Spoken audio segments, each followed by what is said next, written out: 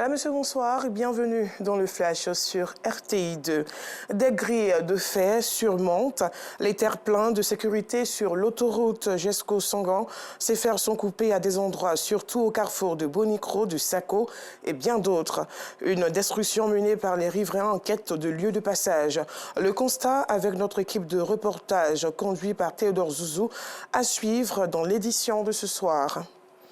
Toujours dans le même contexte, à Boaké, les travaux de réhabilitation de la portion de la nationale A3 qui traverse du sud au nord la commune ont pris fin. Pour s'assurer de la qualité des travaux effectués, une délégation d'ingénieurs en travaux publics, d'élus, en plus d'un représentant du corps préfectoral, sont descendus sur le terrain pour visiter les ex-points critiques. Gervais Kouassi et Charles Tatou nous en parlent dans le 19h30.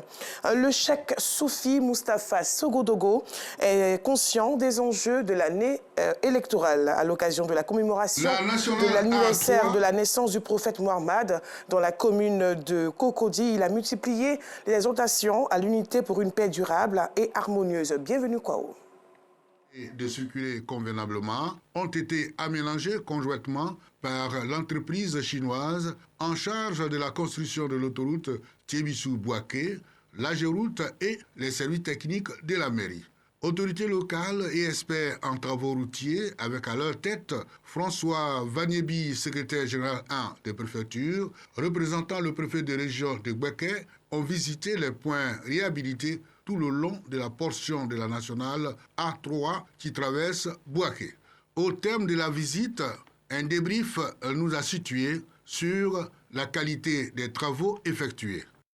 Nous attendons peut-être la prochaine saison des pluies pour évaluer ce qui a été fait et principalement s'il y a des rectifications, on va le faire. Pour l'heure, tout ce qu'on a pu relever a fait l'objet de corrections. Et donc, à ce stade, nous, on pense que la réception définitive devrait pouvoir être prononcée. Le retour à une circulation normale sur la A3 réjouit l'ensemble des habitants de la capitale de Boaké. Nous sommes heureux que ce tronçon soit définitivement réceptionné pour le bonheur de nos populations. Ces joyaux-là que l'État de Côte d'Ivoire met à notre disposition, on va faire en sorte d'en prendre soin, en sensibilisant tous ceux qui la pratiquent. Boaké Nouveau, c'est aussi la réhabilitation de toutes les infrastructures défaillantes, en plus de celles qui sortent de terre. Nous suivons à l'instant un reportage sur la nouvelle voie A3 réhabilitée dans la commune de Boaké. Hors de la Côte d'Ivoire, au Niger, le gouvernement de Niamey demande au Comité international de la Croix-Rouge de quitter le territoire.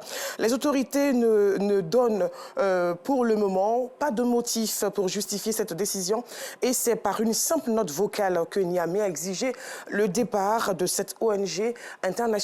Et pour terminer, en Ukraine, lors d'une interview, le président ukrainien Volodymyr Zelensky a déclaré être prêt à des négociations directes avec son homologue russe Vladimir Poutine et d'autres dirigeants pour mettre fin à la guerre lancée il y a bientôt 3 ans.